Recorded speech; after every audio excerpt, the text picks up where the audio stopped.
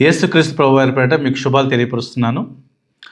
ప్రత్యేకించే సమయంలో ఒక టాపిక్ గురించి ఈ యొక్క వీడియో చేస్తున్నాను. ముఖ్యంగా శివశక్తి అనే ఆ టీం, కరుణాకర్ సుగుణ అనే ఆయన గారు ఒక వీడియో పెట్టారు. ఆ వీడియో పెట్టిన తర్వాత చాలా బాధ అనిపించింది. అయినప్పటికీ దాని గురించి ఒకసారి స్పందించాలనిపించింది. ఓసారి ఆయన ఏం మాట్లాడాడో ఒకసారి వినండి. శక్తి పెను తుఫానుగా మారే సూచనలు కనిపిస్తున్నాయి. బయట సమాజం చైతన్యవంతమై ఉంటుంది కాబట్టి పాస్టర్లు మత మార్పిడి వేటలకు వెళ్ళకూడదని హెచ్చరించడమైనది. చూసారా, ఒక ప్రమాద హెచ్చరిక వేస్తున్నట్టుగా వాతావరణ హెచ్చరిక చెప్తారు కదా. ఇప్పుడు 9వ వార్షికోత్సవ కూడికలాగా పెట్టుకొని 9 సంవత్సరాలు కంప్లీట్ అయింది కాబట్టి ఆ 9 సంవత్సరాలు కంప్లీట్ అయిన ఆ సందర్భంలో అనేక మంది రెచ్చగొట్టే మాటలు మాట్లాడుతూ ఇక్కడ అనేక మంది చప్పట్లు కొట్టి ఆనందపడిపోతూ ఉన్నారు. అయితే అక్కడ వాతావరణం 9వ ప్రమాద హెచ్చరిక జారీ చేస్తున్నామని, తర్వాత వచ్చే సంవత్సరం 10వ ప్రమాద హెచ్చరిక జారీ చేస్తామని ఇలాంటి మాట్లాడుతూ మత మార్పిళ్ళు చేయటానికి వీలేదని విన్నారు కదా. నేను అంటున్నాను, మత మార్పిడి అనే మాట వారు మాట్లాడుతున్నారు కానీ ఎక్కడ కూడా క్రైస్తవులు మత మార్పిడి చేయలేదు, చెయ్యరు, చేయబోరు కూడా. వాక్యం కూడా సెలవిస్తూ ఉంది. మత్తయి సువార్త 23:15లో స్పష్టంగా ఎవరు కూడా ఒక మతములో కలుపుకోవడానికి ప్రయత్నం చేయవద్దు. ఒకవేళ మీరు గనక వాళ్ళని మతములో కలుపుకోవడానికి ప్రయత్నం చేస్తే 200 నరకపాత్రంగా చేస్తారని మత్తయి 23:15లో మనం చూస్తాం. ఎక్కడ కూడా దేవుడు మత మార్పిడి అనే మాట లేదండి. అందరూ మత మార్పిడులు అంటూ ఉంటారు. మతం మార్పించటం అనే ప్రయత్నం ఎవరు చేయరు. అలా బలవంతంగా చేసినా ఎవరు కూడా మారరు. అర్థమవుతుందా?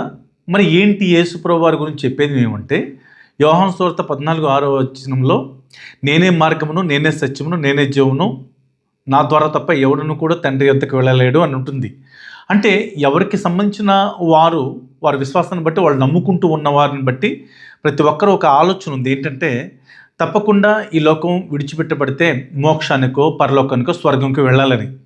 కానీ మేము పరిచయం చేస్తున్న యేసు ప్రభు అనే ఆయన గురించి చెప్పేది ఏంటంటే, ఆయన ద్వారా తప్పకుండా పరలోకం వెళ్ళొచ్చు అనే ఒక మార్గాన్ని బోధిస్తున్న బోధనే తప్ప ఎక్కడ ఎవరిని క్రిటిసైజ్ చేయడం కాదు. మతం మారండి అని బైబిల్ చెప్పలేదు. ఒకవేళ బైబిల్ అలాగా ఎవరైనా మతం మార్పిడి కోసం ప్రయత్నం చేస్తే 200 నరకపాత్రను చెప్పి శిక్ష వేస్తుంది. మీరు గమనించాలన్నమాట. ఓకే. తర్వాత ఏంటంటే ఆ మార్గం యేసు ప్రభు ద్వారా పరలోకి వెళ్తారని మార్గం. ఎవరైనా పరలోకి వెళ్ళాలంటే ఇది మార్గం అని చెప్పడం మా డ్యూటీ అండి. అర్థమవుతుందా? తర్వాత మరొక మాట, చాలా ప్రమాదకరమైన మాటలు మాట్లాడుతున్నారు. ఏమిటి అంటే, తప్పకుండా నేను చచ్చిపోయే లోపు. చూడండి, ఆ మాట కూడా వినండి, మీకు అర్థమవుతుంది. అలాగే చాలామంది రిపీటెడ్గా ఒక ప్రశ్న అడుగుతూ ఉంటారు. ఇంత అగ్రెసివ్గా మాట్లాడుతూ ఉంటారు, ఇంత ఈ మాఫియా వ్యవస్థ మీద పనిచేస్తూ ఉంటారు కదా, మీకు భయం లేదా, మీకు భయం వేయదా అని. ఒక సినిమాకి ప్యారడీగా అనిపిస్తుంది కానీ ఖచ్చితంగా నేను చెప్తున్నాను, నిజంగా నాకు చాలా భయం ఉంది. ఏం భయం అంటే, నేను నా జీవితం ముగించేలోపు, నేను పోయేలోపు ఈ దేశంలో ఒక్క చర్చ అయినా మిగిలిపోద్దేమో అని భయం ఉంది నాకు.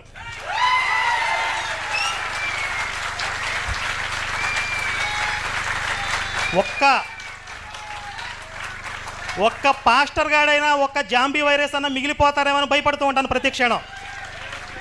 చచ్చిపోయే లోపు భారతదేశపు గడ్డ మీద ఒక చర్చి ఉండటానికి కానీ, లేకపోతే ఒక పాస్టర్ ఉండటానికి వీలేదు, అదే నా భయం అంటున్నాడు. కరుణాకర్ సుగుణ గారు, మీకు ఒక మాట తెలియపరుస్తున్నాను.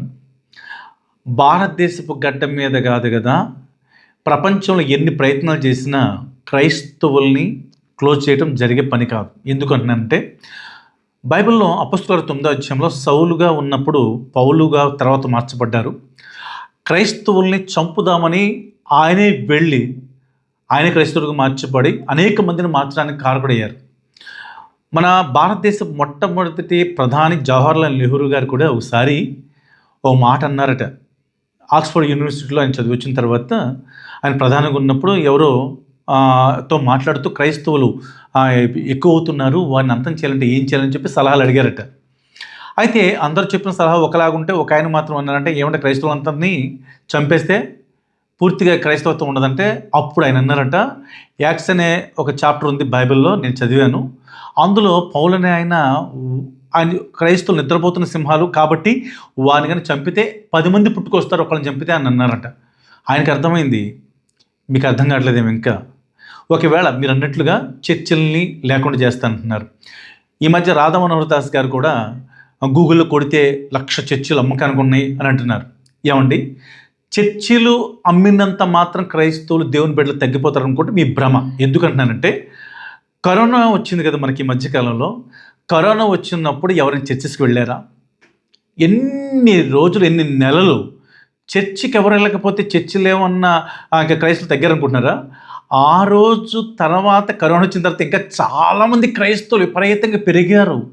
అనేక మంది ఇంట్లో భయముతో, వణుకుతో, ప్రార్థనలు ఎక్కువైనాయి, వాక్యాలు ఎక్కువైనాయి. ఎవరికి ఫోన్ చేసినా పాస్టర్ గారంటే ప్రార్థన చేయండి అని దేవుని నమ్ముకొని వారు సైతము కూడా భయపడుతూ ఉండి చాలామంది క్రైస్తవులు ఇంకా ప్రబలిపోతూ ఉన్నారు. మీరు అనుకుంటున్నారు కదా, ఒక్కరిని క్లోజ్ చేయాలి, ఒక చర్చిని క్లోజ్ చేసిన ఆ రక్షించబడే జీవితం మాత్రం యేసుప్రభు దగ్గర ఉంది కాబట్టి వారు మాత్రం ఎట్టి పరిస్థితులు దూరం కారు. ఎక్కడైతే నా నామాన్ని 2-3 కూడి ఉంటారో అక్కడ నేను ఉంటానని చెప్పినట్లుగా చర్చిలోనే యేసుప్రభు ఉండరు. ఎక్కడైతే నామాన్ని ఉంటే అక్కడ ఉంటానన్నారు. ఓకేనా? తర్వాత మీకు ఒక మాట చెప్పాలి. చాలా చోట్ల చర్చిలు అమ్మేసినా, లేకపోతే ఇంకోటి అమ్మివేసినా, లేకపోతే నాశనం చేసినా క్రైస్తవులు అంతరంగం నుంచి చాప కింద నీరులాగా ప్రబలిపోతూనే ఉంటారు. ఎందుకంటే నిజమైన దేవుడు యేసుప్రభు కాబట్టి. తర్వాత మీరు మాట్లాడిన మాటలో ఒక పాస్టర్ లేకుండా చేస్తానన్నారు. సరే, ఈరోజు మీకు ఒక మాట చెప్పాలి. బైబిల్లో ఆదికాండంలో మనకి స్పష్టం 41వ అధ్యాయంలో ఉంటుంది. యోసేపు తన యొక్క స్థితిగతుల్లో ఒక మంచి మాట కనబడుతుంది. ఫరోకి కల వస్తుంది. ఆ కలలో 7 మంచి బలమైన ఆవులు ఉంటాయి. తర్వాత 7 బాగా నీరసంగా ఉన్న బక్కపలచిన ఆవులు ఉంటాయి. రెండవ కళ కూడా వస్తుంది. అతనికి 7 మంచి వెన్నులు పుడతాయి. తర్వాత 7 పీల వెన్నులు ఉంటాయి అంట. ఇందులో 7 బలిసిన ఆవుల్ని బక్కపలిచిన ఆవులు మింగివేస్తాయి.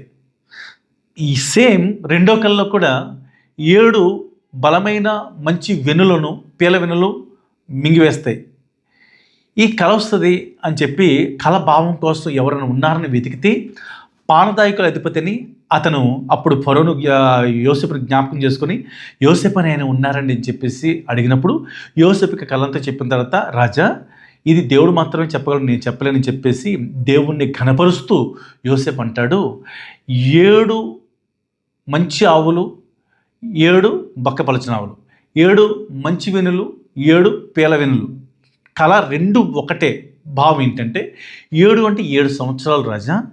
7 సంవత్సరాలు కూడా పంట విస్తారంగా పండుతుంది. అదే బలమైన ఆవులకి, అదే మంచి వెన్నులకు సాదృశ్యము. తర్వాత 7 సంవత్సరాలు కంప్లీట్ అయిన తర్వాత ఆ ఆహారం అంతా కూడా ఒక చోట గోడౌన్స్లో బాగా భద్రపరుచుకుంటే ఆ తర్వాత మిగతా 7 సంవత్సరాలు వస్తాయి. 7 అనే మాట 7 పక్కపలసిన ఆవులు లేకపోతే 7 పీల వెన్నులు అన్నాడు కదా. 7 అంటే 7 సంవత్సరాలు రాజా. మిగతా 7 సంవత్సరాలకు కూడా కరువు వస్తుంది విపరీతంగా. అయితే ముందు పంట పండించిన ఆ ఆహారం అంతా ఇప్పుడు ఉపయోగించుకోవచ్చు అని కలభావాన్ని చెప్తున్నప్పుడు వెంటనే ఫరో నీవే దానికి అధిపతిగా ఉండు అని అంటాడు. ఇది అక్కడ సందర్భం. దేవుడు ప్రతి మాట ప్రవచనాత్మకంగా రాస్తాడు. అది ఆ రోజు సందర్భం, ఈ రోజు కూడా ప్రవచనాత్మకం. ఏంటంటే 7 అనే మాటను సంపూర్ణం అంటారు ఆత్మీయంగా. ఎందుకంటే దేవుడు సృష్టి అంతా 6 దినాలు చేసి 7 దినం విశ్రాంతి తీసుకున్నాడు. కాబట్టి 7 దినాలు కంప్లీట్ అనే పేరు వచ్చింది కాబట్టి సంపూర్ణము. దాని అర్థం ఏంటంటే ఆ రోజు ఏ విధంగా అయితే అక్కడ 7 సంవత్సరాలు విపరీతమైన ఆ యొక్క సంవత్సరాలు పంట పండుతుందో, అలాగే 7 అంటే సంపూర్ణం అన్నాను కదా, అలాగే సంపూర్ణమైన వాక్యం అనే పంట మనకు పండుతుంది. ఇప్పుడు ప్రపంచమంతా కూడా ఇంటర్నెట్ ద్వారా, యూట్యూబ్ ద్వారా, సోషల్ మీడియా ద్వారా, మీటింగ్స్ ద్వారా, డిబేట్స్ ద్వారా, బైబిల్స్ ద్వారా చాలా విపరీతంగా పెరుగుతూనే ఉంది. కానీ ఎట్టి పరిస్థితుల్లో తరగట్లేదు. అలాగే స్టెఫన్ ఉంటాడు బైబిల్లో. స్టెఫన్ను రాళ్ళతో తీసుకుని కొట్టి చంపారు క్రైస్తవుడిగా. కానీ ఏమన్నా క్రైస్తవం అంతం చేయగలిగారా? మీరు అనుకుంటున్నారు కదా భారతదేశం గడ్డపై కాదు కదా, ఎక్కడ ఏం చేసినా అంతకు మించి ఒక మాట మీకు చెప్పమంటారా, మీరు అనుకున్న హైందవుల్లో చాలామంది యేసుప్రభుని ఇష్టపడిన వాళ్ళు ఉన్నారు, కానీ భయపడి మీలాంటి వాళ్ళకి సీక్రెట్గా ప్రార్థన చేసుకుంటారు నీళ్ళల్లో. వాళ్ళు ఏం చేయగలరు? మీరు ఏమీ చేయలేరు. అర్థమవుతుందా? దీని అర్థం చెప్తున్నాను వినండి. 7 అంటే సంపూర్ణము, సంపూర్ణంగా పంట పండుతుంది ఇప్పుడు మనకి వాక్యం అనే పంట. అయితే ఆ రోజు ఏ విధంగా అయితే గోడౌన్స్లో ఆ ఆహారాన్ని భద్రపరుచుకుంటే తర్వాత 7 సంవత్సరాలు ఆహారం లేనప్పుడు, అంటే ఆ కరువు వస్తుంది తర్వాత, ఆ కరువు వచ్చినప్పుడు ఎలాగైతే కరువు సంవత్సరాలన్నీ కూడా ముందు పండినవన్నీ కూడా ఉపయోగించుకున్నారో అలాగే ఈరోజు మనకి 7 అంటే సంపూర్ణమైన పంట పండుతుంది కదా. రాబోయే దినాల్లో ఈ పంట దొరకదు, అంటే వాక్యము దొరకదు, బైబిల్స్ దొరకవు.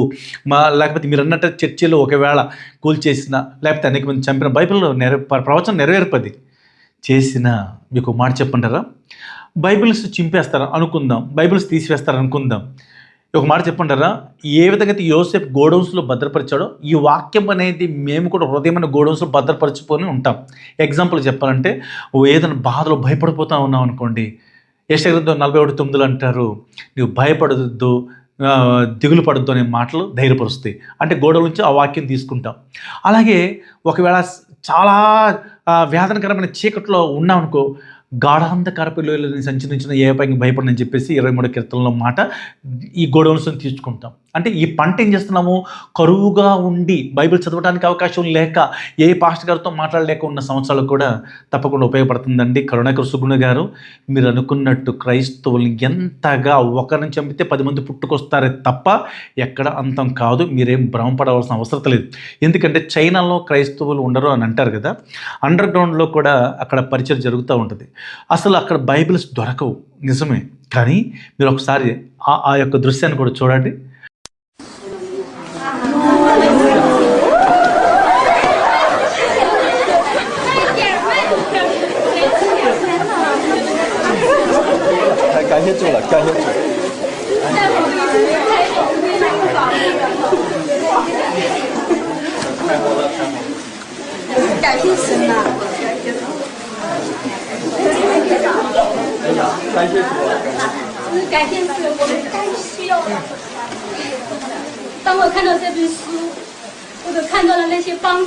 ఆ బైబిల్ అనేవి దొరికితే వారి గుండెలు హత్తుకుని ఎంత ఏడుస్తున్నారో గమనించారా?